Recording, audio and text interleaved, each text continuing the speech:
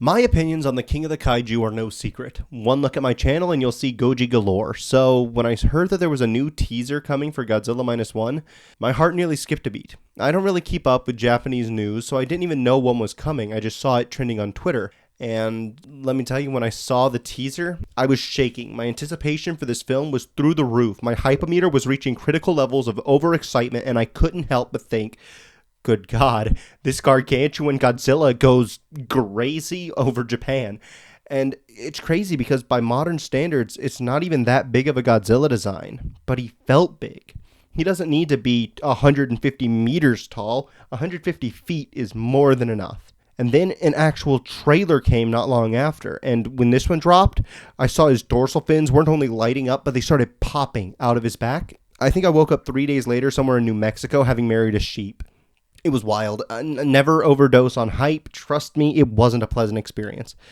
Once I could finally get myself home, a couple months passed, I divorced the sheep. I'm sorry, but holy heckin' shit, it was time. I dashed to the theater, took some tickets, sat in my seat, wriggled and giggled in anticipation, and then my life changed. Prior to this monstrous masterpiece, I had said Shin was my shining star of Toho's Goji.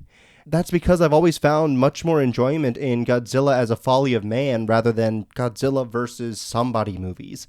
It's not that I don't like those, I do. They're a huge part of Goji's mythos, but I will always prefer Godzilla versus the world or the world versus Godzilla with some strong message.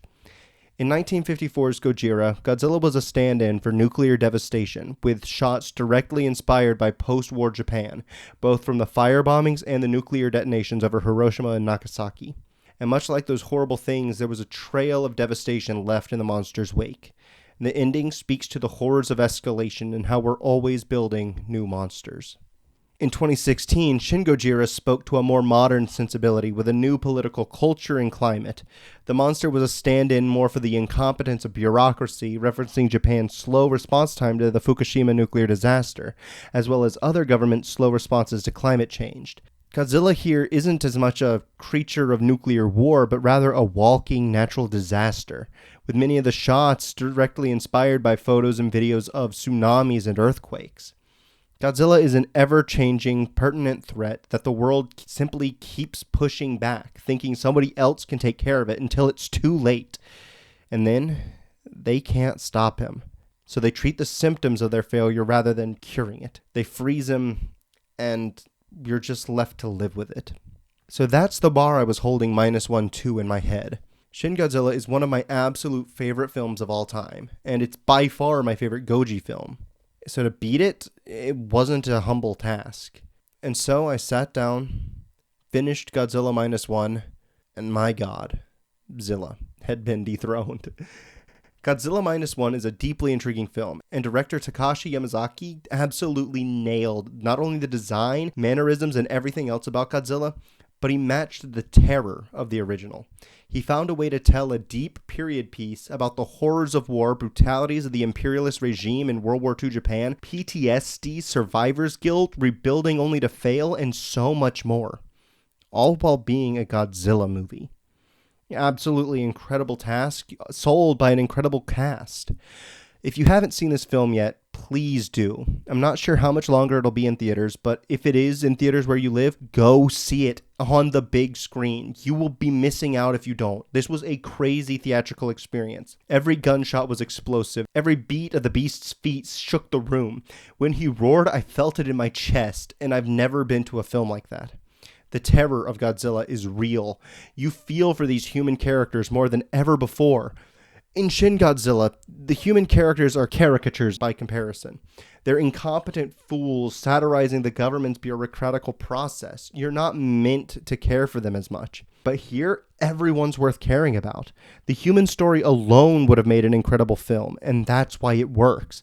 -1, more than any previous Godzilla film, has made me genuinely sad to see our human protagonists scared, afraid, or in danger. You want to see them succeed, and you want to see them win. You want to see their lives turn around for the better. But for our main character, Koichi Shikishima, that's not his life anymore. A failed kamikaze pilot, he feels like he not only lost his honor there, but when presented with the ability to stop a proto-Godzilla, he fails again. In his head, this has caused the death of thousands of people. And then when he finally gets home, He's treated as a pariah for not dying for a losing war. To top it all off, once he finally starts turning his life around, Godzilla returns. I can't go into the film anymore without getting into spoiler territory, and I can't do that to you. You have to experience it. This isn't some action spectacle like the legendary Godzilla series. It is a deeply human film with an edge of near eldritch horror. And for that, it is the best Godzilla film. And it's my favorite film of 2023. Godzilla Minus One gets a 10 out of 10. You have to watch this on the biggest screen you can with the biggest speakers you can find. But that's all I can say for now. Join me next time when I take a look at my past favorite, Shin Godzilla. While you're here, help a friend out. Peep the description and there's a GoFundMe link. Anything helps. Let me know what you thought of the film down below. Leave a like, subscribe for more stuff, and as always, thank you.